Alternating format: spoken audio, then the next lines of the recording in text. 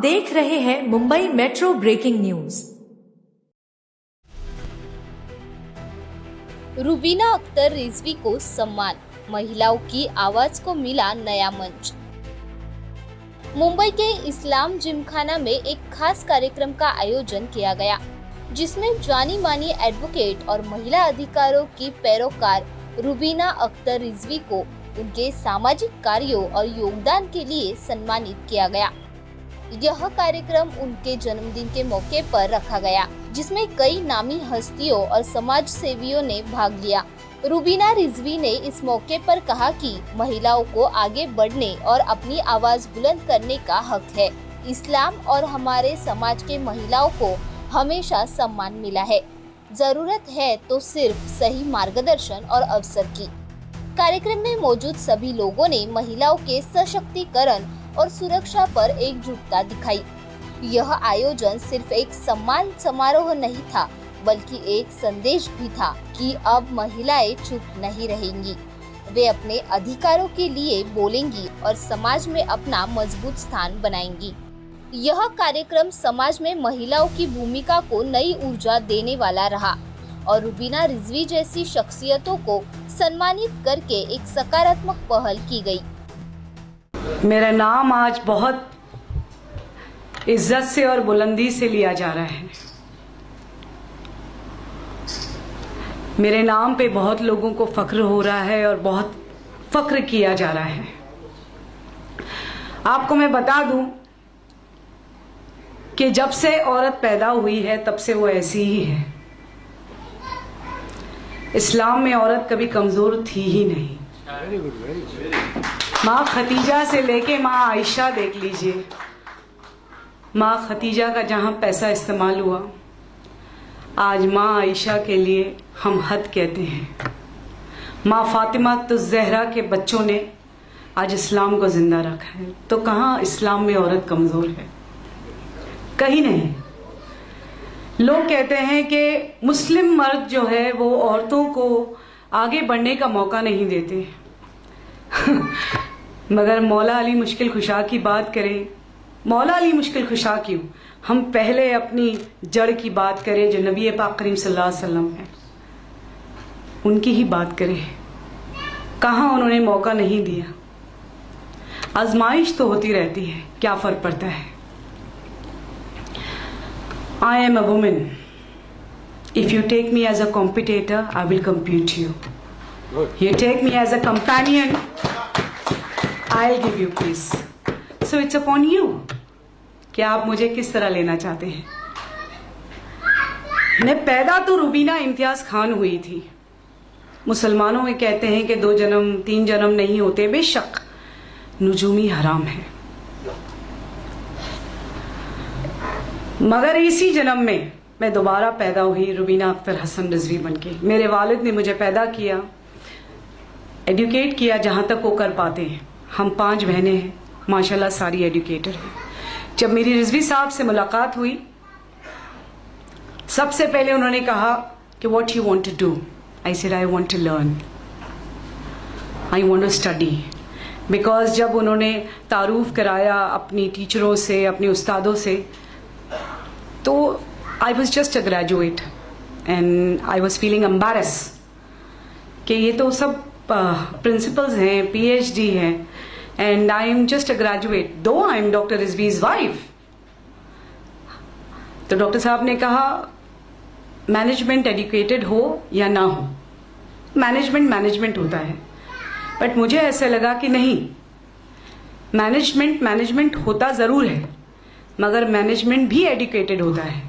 तो मैंने डॉक्टर साहब से गुजारिश की कि आपको मेरी पर्सनालिटी देख के क्या लगता है कि मुझे किस चीज़ में तालीम हासिल करनी चाहिए और किस तरह आगे बढ़ना चाहिए।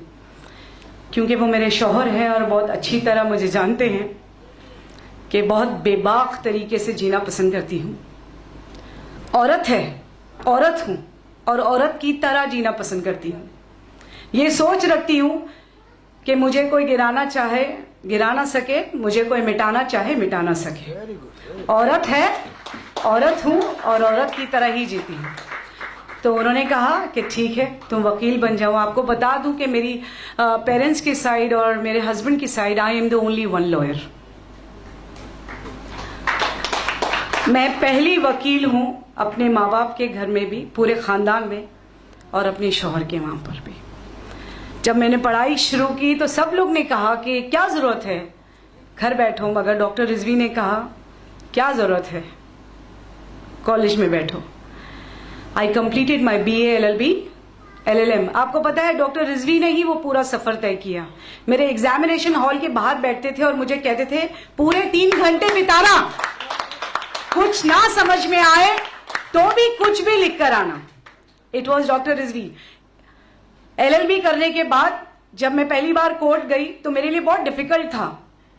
डॉक्टर रिजवी की कंपनी ज्वाइन कर लिया, बट क्योंकि वो बिल्डर है और बहुत शांत स्वभाव के हैं तो सिविल लॉ मुझे समझ नहीं आ रहा था। मैंने कहा ये पेड़ पौधे मुझे समझ नहीं आ रहे, आप खून वून करें। तो उन्होंने कहा मैंने तो किसी का थप्पड़ भी नहीं मारा है, मेरी आंख ही काफी है, मेरा नाम ही काफी है डराने के लिए। Then I learned cyber, then I did my forensic. I am a cyber forensic lawyer of India, and that is also an Indian Maharashtrian Muslim.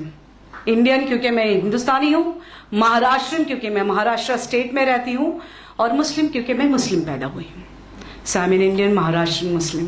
I'm sure बहुत जगह ये बातें जाएंगी और उन्हें समझ में आएगा कि एक मुस्लिम महिला अपने आप को किस तरह से एड्रेस करती है। So I'm an Indian Maharashtrian Muslim. आप भी ये बोलना शुरू कीजिए, क्योंकि ये कहते हैं कि हम मुस्लिम हिंदुस्तानी नहीं है। अगर अल्लाह की मर्जी होती और हमें टैटू लगाने की इजाज़त होती, जो शायद आप सबको पता है कि टैटू हराम है, जहाँ पर टैटू लगता है वहाँ की जो सेंसेशन है वो ख़त्म हो जाती है, ख़त्म हो जाती है। वज़ू नहीं होता, वज़ू नहीं होता, गुस्ल नहीं होता, गुस्ल नहीं होता, नमाज नहीं होती, तुम्हारी दुआ पूरी नहीं होती। तो अगर टैटू की इजाज़त होती तो मैं ज़रूर हिंदुस्तानी लिख कर घूमती, है ना। So I'm an Indian Maharashtrian Muslim. I am the only one Muslim forensic lawyer of India.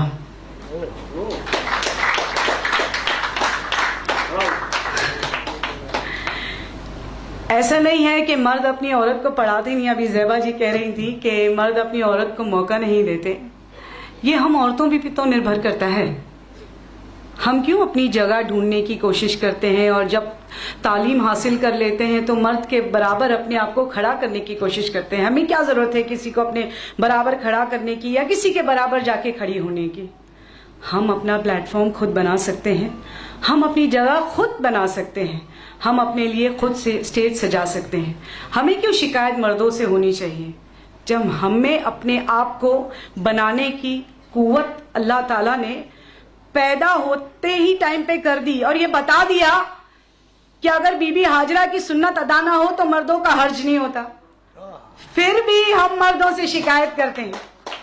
देखिए जरूरत क्या है हमें उनसे अपने आप को कंपेयर करने की। हम काबिल हो गए। एक बार जैसे मेरा बायोडाटा पढ़ा जाता है कि I am a chairperson of women council, मुझे उसी फंक्शन में बुलाया गया और बिल्कुल पीछे बिठाया गया। मुझे नज़रअंदाज किया गया बिकॉज बहुत सारे, कोई मुस्लिम महिला नहीं थी स्टेज पे, पॉलिटिशियंस लोग थे वो भी मुस्लिम्स नहीं थे, तो मुझे पीछे बिठाया गया। और बहुत गुस्से से मैंने डॉक्टर साहब को कॉल किया एंड कहा कि डॉक्टर साहब मैं चेयरमैन हूँ और मुझे स्टेज पे नहीं बिठाया जा रहा है। तो डॉक्टर साहब ने मुझे कहा, क्योंकि वो मेरे शौहर है और मेरे मेंटोर भी, आपने जो इतनी तारीफ की आपको मैं बता दूं कि मैं वो हूँ और वो मैं हूँ। I am doctor Rizvi and doctor Rizvi is me, है ना। सो बहुत नसीब वाली हूँ कि मुझे ऐसी शायद मेरे माँ बाप ने बहुत अच्छा काम किया हो, या उनकी इबादत का नतीजा है कि I am today Mrs Rubina Akhtar Hasan Rizvi. ठीक है, तो मैंने मेरे मेंटोर को कॉल किया जो है डॉक्टर अख्तर हसन रिजवी साहब। बहुत एजिटेट हो गई, तो उन्होंने मुझसे कहा कोई बात नहीं, कितने लोग हैं वहां पर। आई सेड मोर देन 1000 और 2000 people and Sahara star hotel, and मेरा पोस्टर लगा हुआ है पीछे, and I am not called. He said wait for your time to come.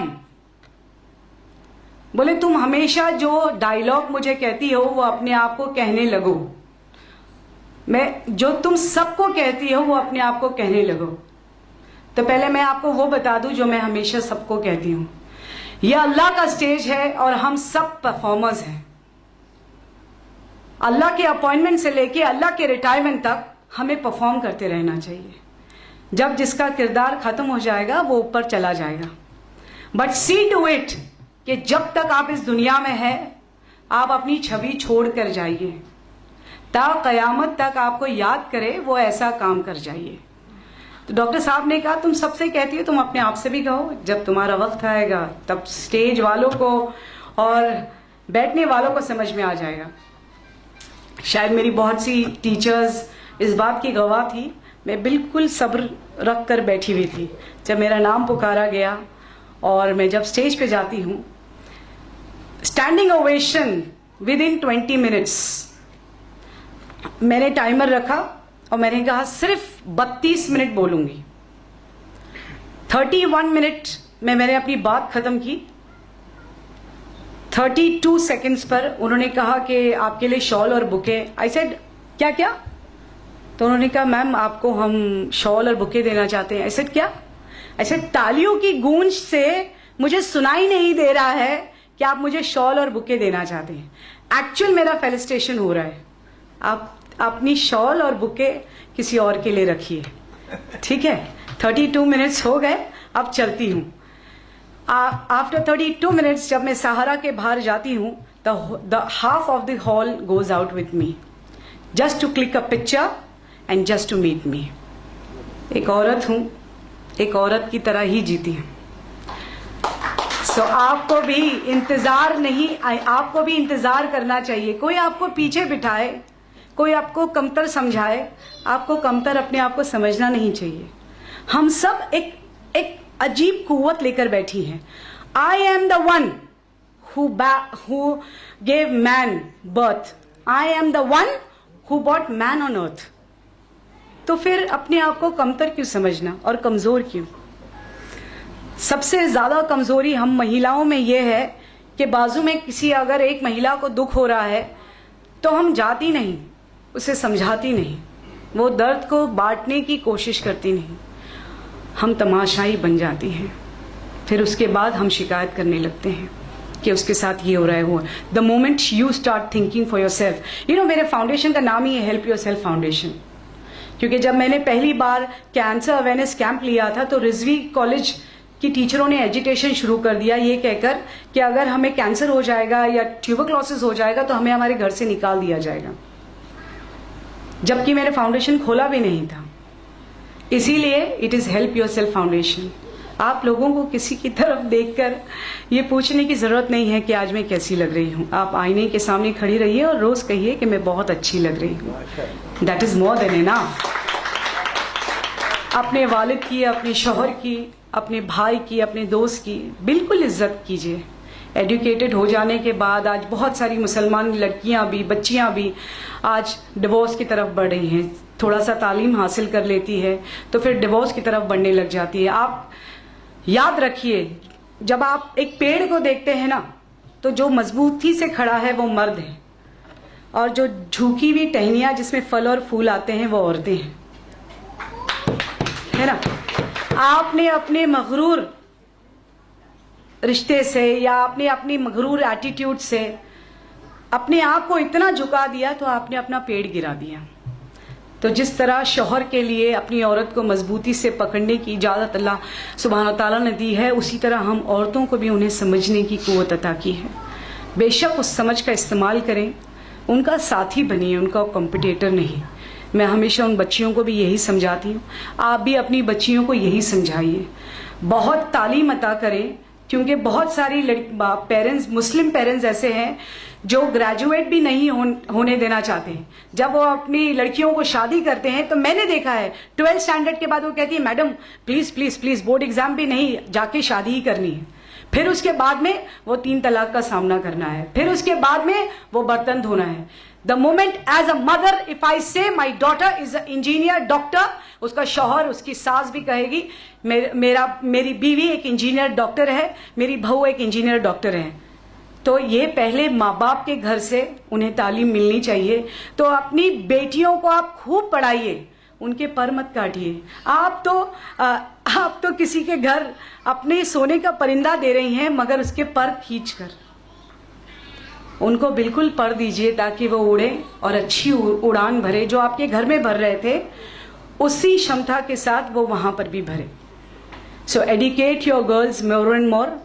Definitely I will thank today advocate Yusuf Abrani साहब।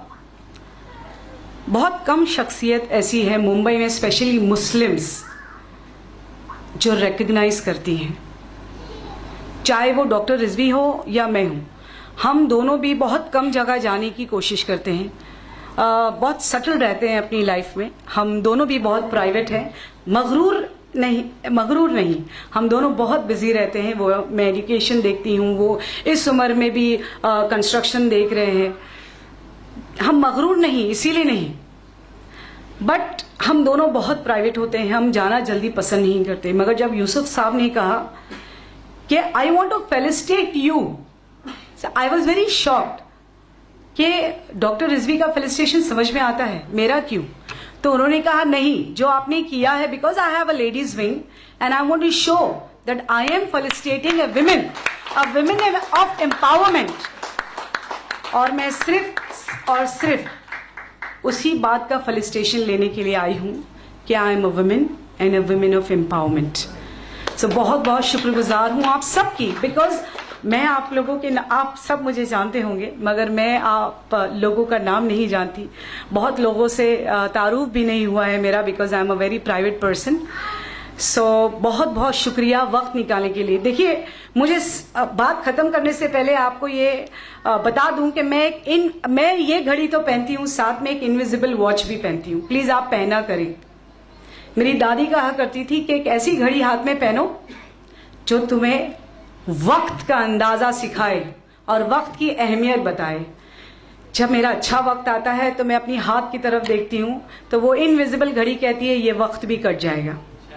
जब मेरा बुरा वक्त आता है तब मैं उस घड़ी को देखती हूँ तो वो घड़ी कहती है ये वक्त भी कट जाएगा। तो ये वक्त जो आप लोगों ने मुझे दिया उसकी मैं शुक्रगुजार हूँ, क्योंकि वक्त सबसे बड़ी चीज़ है इस दुनिया में, बिकॉज हमारा वक्त कब ख़त्म हो जाएगा ये हमें पता नहीं। तो बहुत बहुत जज़ाकल्लाह मुझे यहाँ बुलाने का और मेरा और हौसला बढ़ाने का। यूसुफ भाई, congratulations for you joining the Samajwadi Party, because I think so that's a Muslim political party, and I'm sure that you are on this platform, you are going to gather more and more Muslims, and gather more and more Muslims, whether they are women, whether they are youth, or whether they are men. More and more Muslims on platform where we can raise a voice on our issues. हमारे बारे में तो कोई बात ही नहीं करता, ना करें, हम ऐसे ही बहुत सक्षम हैं, क्योंकि हम नबी की उम्मत है तो हम ऐसे ही बहुत सक्षम है ना। हम उम्मत रसूल है तो हमें कोई डरने की या फिक्र करने की जरूरत नहीं।